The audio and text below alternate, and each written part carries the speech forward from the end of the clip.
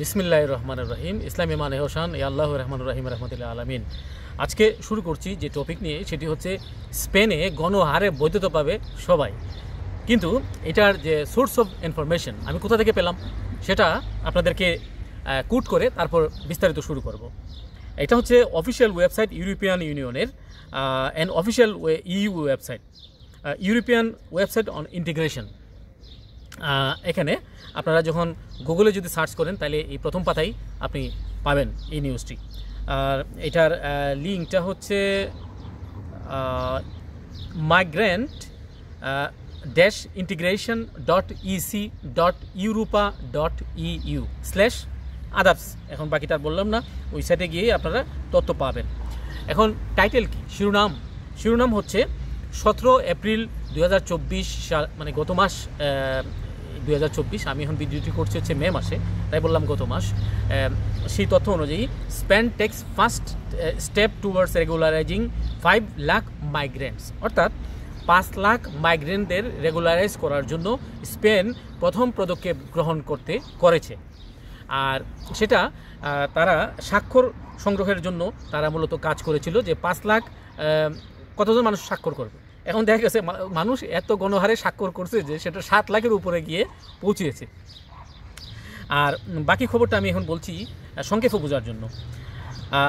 Spain since before 1 November 2021, এটা আসলে মূল টাইটেল হচ্ছে যারা 1 নভেম্বর 2021 আগে স্পেনে প্রবেশ করছিল, ঠিক আছে, তাদেরকে একমাত্র এই সুযোগটা আপাতত স্পেন সরকার দিচ্ছে গণহারে। The Spanish Parliament took the first legislative step towards approving a citizens' initiative, which calls the regularization of 500,000 undocumented foreigners living in Spain since before 1st November 2021. The campaign has received 7 lakh signatures and has a support of more than 900 NGOs. সবথেকে গুরুত্বপূর্ণ যে খবরটা হলো, একটু আগে আমি বলেছিলাম, সেই ক্যাম্পেইনটা যখন শুরু করে তারা, স্পেনের সরকার, তখন তারা 7 লাখ মানুষের স্বাক্ষর গ্রহণ করতে পেরেছে, এবং এতে সাপোর্ট দিয়েছে 900টির বেশি নন গভর্নমেন্ট সংস্থা, অর্থাৎ এনজিও। তাহলে এখন কি দাঁড়াইলো?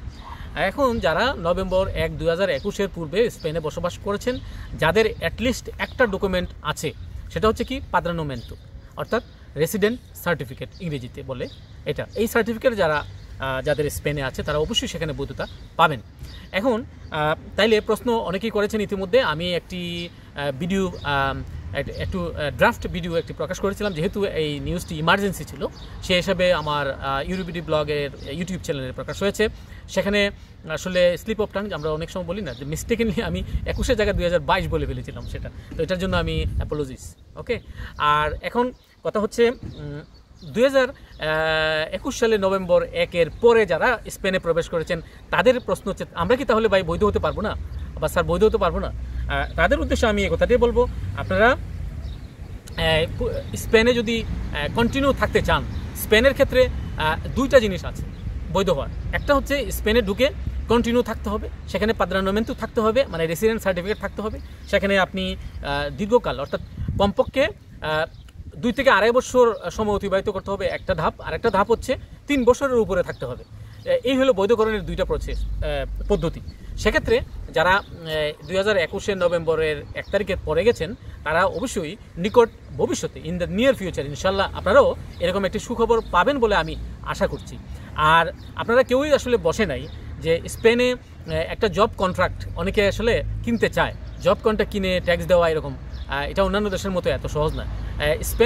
স্পেনে ইন অ্যান অ্যাভারেজ 13,000 ইউরো নেয় একটা কন্ট্রাক্ট কিনতে গেলে। তো এক্ষেত্রে এই কথা আমি কাউকে ইনফ্লুয়েন্স করছি না যে আপনি কন্ট্রাক্ট কিনে স্পেনে গিয়ে বৈধ হন। আপনি স্পেনে থাকবেন, সেখানে আপনার যোগ্যতা যা আছে সেই যোগ্যতা অভিজ্ঞতার বলে আপনি সেখানে জব সার্চ করার চেষ্টা করবেন। আর মহান আল্লাহ তাআলার প্রতি যাদের অতীব ট্রাস্ট, বিশ্বাস, অগাধ আস্থা রয়েছে, পরিপূর্ণ বিশ্বাস রয়েছে, যার ঈমান রয়েছে, এক কথায় মানে আমরা বলি না রিজক আল্লাহ, অর্থাৎ রিজিকের মালিক আল্লাহ, সেক্ষেত্রে আপনাকে অন্বেষণ করতে হবে, দায়িত্ব আল্লাহর আপনাকে রিজিক পাইয়ে দেওয়া। সেই বিশ্বাস আপনার মনে অবশ্যই গহীনে ঠাঁই করা চাই, তাহলে আপনি খুব শীঘ্রই একটা অন্য সংস্থান, আয়ের সংস্থান, বাসস্থান সব কিছু, শিক্ষা চিকিৎসার ব্যবস্থা একদিন না একদিন এরকম হয়ে যাবে সব কিছু। এটার জন্য আমরা উদ্বেগের মধ্যে যেন না পড়ি। পরিবার পরিজন একে অপরের জন্য আমরা দোয়া করব। যার সন্তানটি বিদেশে প্রবাসে রয়েছে তারা যেন অর্থাৎ ভালো জব পায়, মানে কর্মের সংস্থান হয়। বিদেশে যাদের কর্ম নাই তাদের মতো অভাগা এবং কষ্টের দুঃখী মানুষ আর নাই। কারণ হচ্ছে অনেক স্ট্রাগলের সময় আমরা যারা ইউরোপে আছি তারা অনেকেই কোনো না কোনো দেশে সেটেল হওয়ার আগ পর্যন্ত 1.5-2 বছর সময় একেবারে মাটি কেমড়ে অনেকেই পড়েছিল। সেক্ষেত্রে তারা একদিন না একদিন সফল হয়েছে। যারা আজকে কথা বলছে, আজকে উপদেশ দিবে, মানে ইতিপূর্বে তারা কোথায় ছিল, যারা অতীত ভুলে যায়, এটা কিন্তু ঠিক না। অনেক মানুষের মধ্যে এই প্রবণতা থাকে। তাই যে দেশেই থাকেন না কোনো ভাই ব্রাদার আছেন, তারা কেউ তথ্য দিয়ে হোক, অর্থ দিয়ে হোক, চাকরি বাকরি দিয়ে হোক আপনারা সাহায্য করবেন। তো ভিডিওটি দেখার জন্য আর চ্যানেলের সাথে থাকার জন্য অশেষ ধন্যবাদ। আল্লাহ হাফিজ।